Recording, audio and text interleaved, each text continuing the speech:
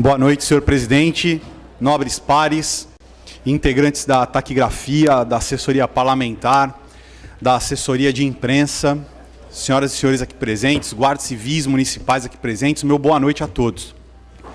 Eu, antes de falar dos meus trabalhos, eu só queria fazer um breve comentário sobre essa questão da resposta de requerimentos, para vocês verem a importância de quando eu subi na tribuna dessa casa para falar naquele dia dos 180 dias, né? Que hoje esta Câmara, né, não sei se 100%, mas a maioria votou para que o prefeito seja obrigado a responder em até 180 dias. Isso não existia antes. E tem uma matéria que foi colocada até no WhatsApp aqui nosso interno, falando do site do Conjur, que fala de um prefeito no Rio Grande do Sul que teve uma ação de improbidade porque não respondeu aos questionamentos. Mas vejam, na cidade citada existe a obrigatoriedade do prefeito responder em 15 dias, consignada em lei orgânica municipal. Isso não existia em Praia Grande até a presente data, até o presente mandato, melhor dizendo. Para vocês verem a importância de que ter que responder. Agora existe essa obrigatoriedade, antes não existia. Talvez por isso é que tenha passado despercebido alguns requerimentos que foram apresentados no mandato passado e não foram entregues. E com relação à Constituição, esse mesmo site, quem quiser pesquisar, fica à vontade, artigo 5º, inciso 33 da Constituição Federal. Lá está a base do texto que serviu de base para essa análise.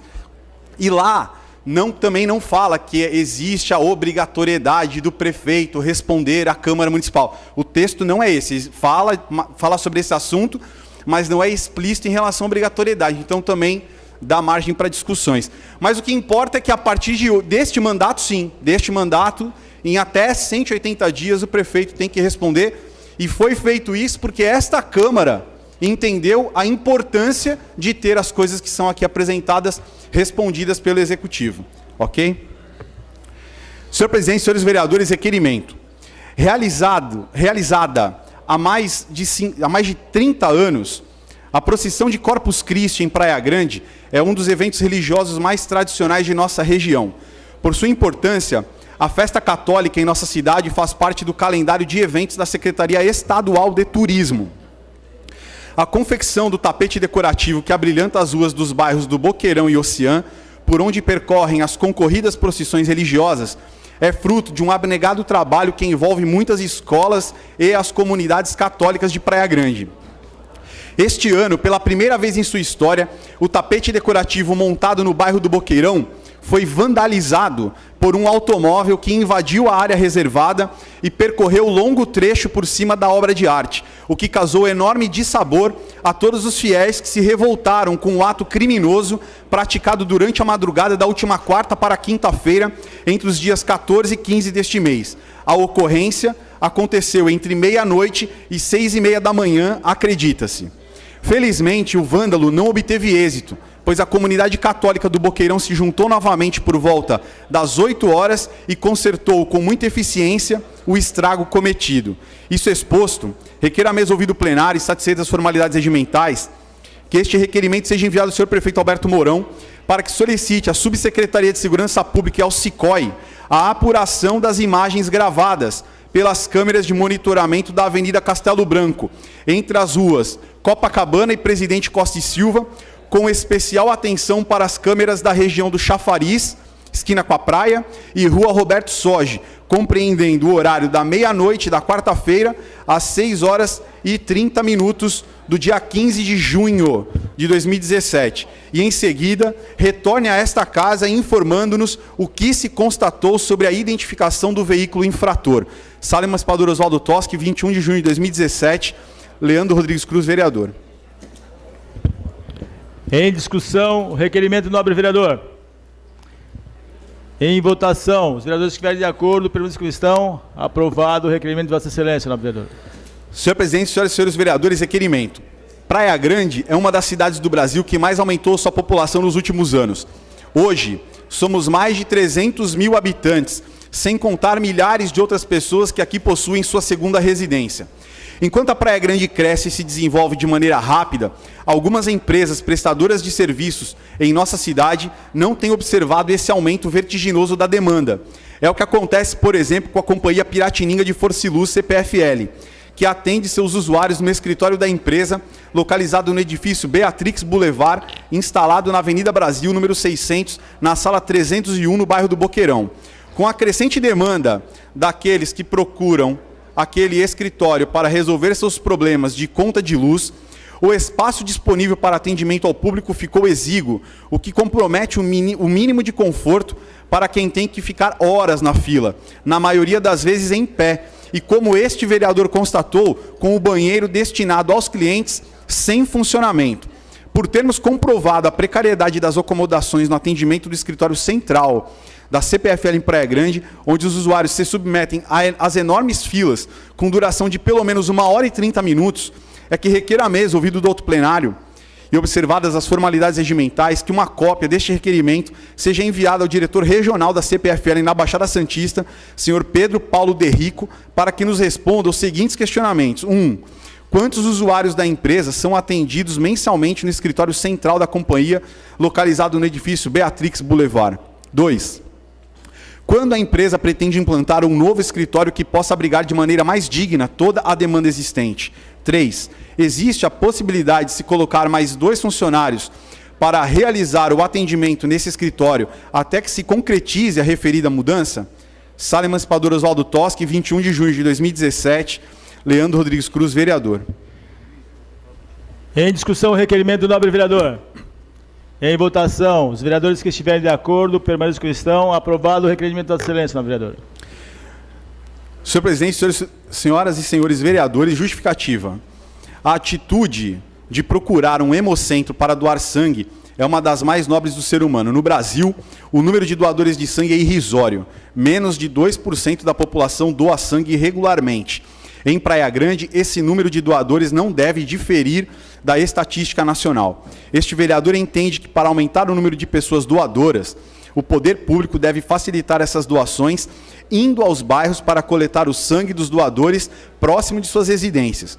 Diante da importância que se reverte a coleta de sangue para suprir as necessidades de hospitais e prontos socorros em Praia Grande, é que apresenta este projeto de lei para a implantação de um programa móvel e itinerante de coleta de sangue.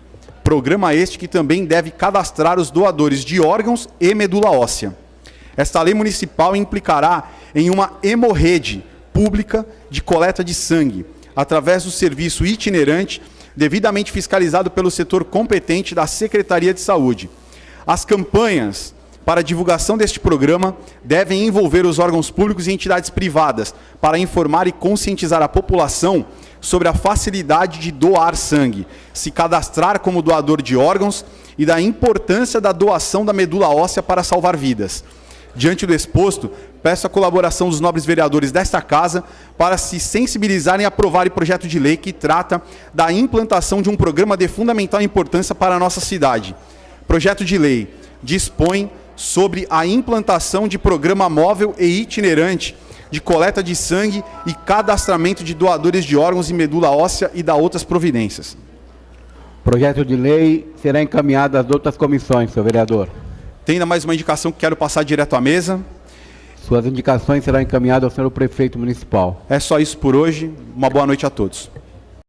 Bem, senhoras e senhores, a emenda, ela tem a seguinte redação.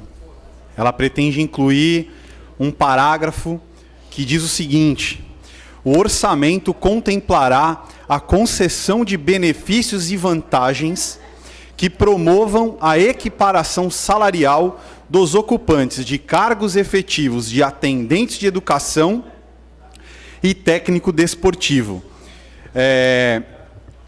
Eu entendo que é da maior importância a gente poder resolver essas questões da parte do plano de carreira, não só dos atendentes de educação e dos técnicos desportivos. Eu, há cerca de uma semana e pouco atrás, eu tive a oportunidade de fazer uma visita no ginásio da Vila Caiçara, e encontrei lá o Divacir, que é uma pessoa que acompanha, e eu já vinha conversando com ele desde o mandato passado, entre 2009 e 2012, que eu ocupei uma cadeira nessa casa, e tive uma conversa muito importante e por vezes, sempre esclarecedora com ele, que é uma pessoa bem politizada.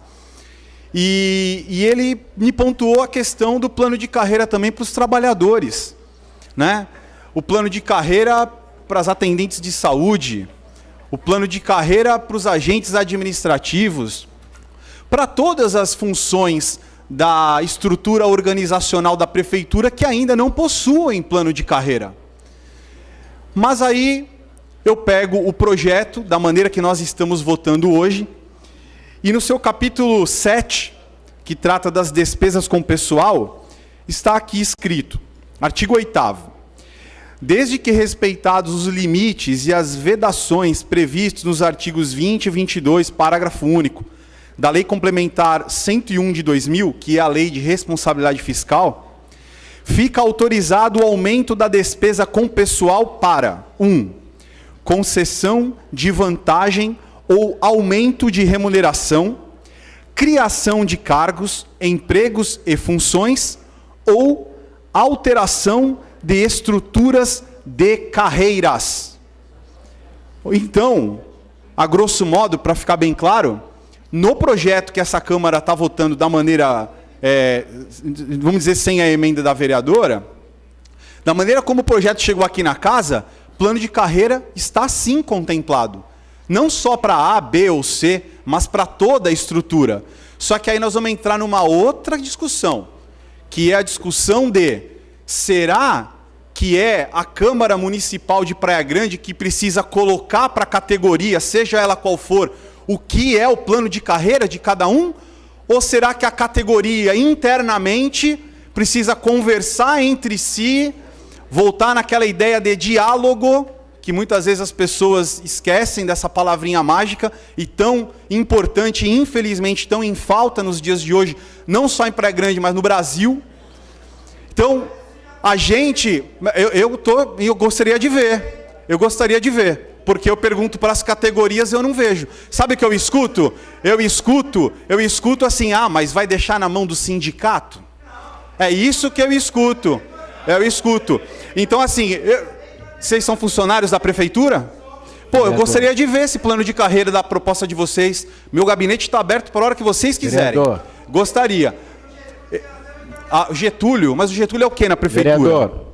Então, assim, Conclua. está faltando a gente deixar claro aquilo que a gente pensa. O projeto de plano de carreira, essa Câmara tem responsabilidade e está votando para que seja discutido. Agora, aprovar para A, B ou C, não. Acho que a gente tem que seguir no geral com responsabilidade. Por isso, a emenda, por conta da especificidade do cargo, eu encaminho o voto contrário. Bem, só para ficar claro, eu sou um entusiasta da questão da regularização fundiária. E como bem disse a vereadora que me antecedeu, eu apresentava emendas sobre regularização fundiária. Na época, não era na LDO, era na LOA, na Lei Orçamentária, que aqui é discutida no segundo semestre, que é a mais específica, que pode ser específica mesmo o valor destinado para um determinado fim, e não na LDO somente. Mas vamos lá. Por que eu apresentava a emenda? Eu apresentava a emenda porque o setor que cuidava de regularização fundiária na prefeitura era o Tatuí e mais 4 pessoas que ficavam sentados todos numa sala sem uma divisória entre eles. A regularização fundiária da cidade, na época, 62 núcleos espalhados por toda a cidade, carecendo de regularização, e eram 5 pessoas dentro de uma salinha que tinham que cuidar de regularização fundiária. Por isso que eu apresentava a emenda. Aí o que aconteceu a partir de 2013? Foi criada pela primeira vez na história da cidade uma secretaria de habitação específica para tratar de regularização fundiária. E o que aconteceu de lá para cá? O quanto se caminhou, se evoluiu no assunto regularização fundiária? Problemas existem, sempre vão existir, mas eles estão aí para serem vencidos mesmo. Agora, hoje, com a SEAB e com loteamentos que bem elencou o vereador Dimas, em andamento, nunca se fez tanta regularização fundiária na história da cidade como tem sido feito nesses últimos anos. Então, por que elencar como prioridade, neste momento, a regularização fundiária se ela está sendo atendida? Veja, também é importante dizer o seguinte, quando a gente fala aqui, votamos contra a emenda que prioriza a regularização fundiária, ninguém está votando contra a regularização em si, porque ela já acontece. O que a gente está apenas sendo, digamos assim, prudentes no uso do dinheiro que a gente ainda nem sabe quanto vai cair. E se a gente aguardar mais um pouquinho, logo logo os números oficiais vão começar a aparecer, Praia Grande está no Brasil, e o Brasil, por acaso, está bem economicamente? Veja, nós temos um governo que tem responsabilidade fiscal, a cidade caminha bem sim, mas a gente tem que ser prudente no momento que a gente vive hoje o país, com tanta incerteza na política nacional. Então veja, hoje o que a gente tem aqui é sim uso responsável do dinheiro, também para a regularização. Agora, nesse momento, priorizar a regularização, não sei. Amanhã, agosto, setembro, de repente surgem outras prioridades para o governo. E aí nós vamos estar amarrados na LDO, porque a prioridade do item onde se quer incluir, que são os novos projetos, que é o artigo 9º, que está incluindo aqui, para novos projetos. Então, como é que a gente pode, nesse momento, onde está finalizando o primeiro semestre, os dados da cidade no primeiro semestre, os dados mesmo do primeiro semestre, só no final do mês que vem aqui tem os números oficiais. A gente não pode simplesmente chegar, se o assunto está andando bem como está, que é a questão da regularização, então a gente não pode, nesse momento, definir como prioridade. A gente não sabe qual vai ser a nossa prioridade daqui a 3 meses. Então, a gente está, sim, dentro do projeto, atendendo a regularização, no entanto, sem a prioridade, porque, como eu disse, hoje a gente está até caminhando bem diante de uma realidade não tão longínqua aí do passado. Por isso, voto contra.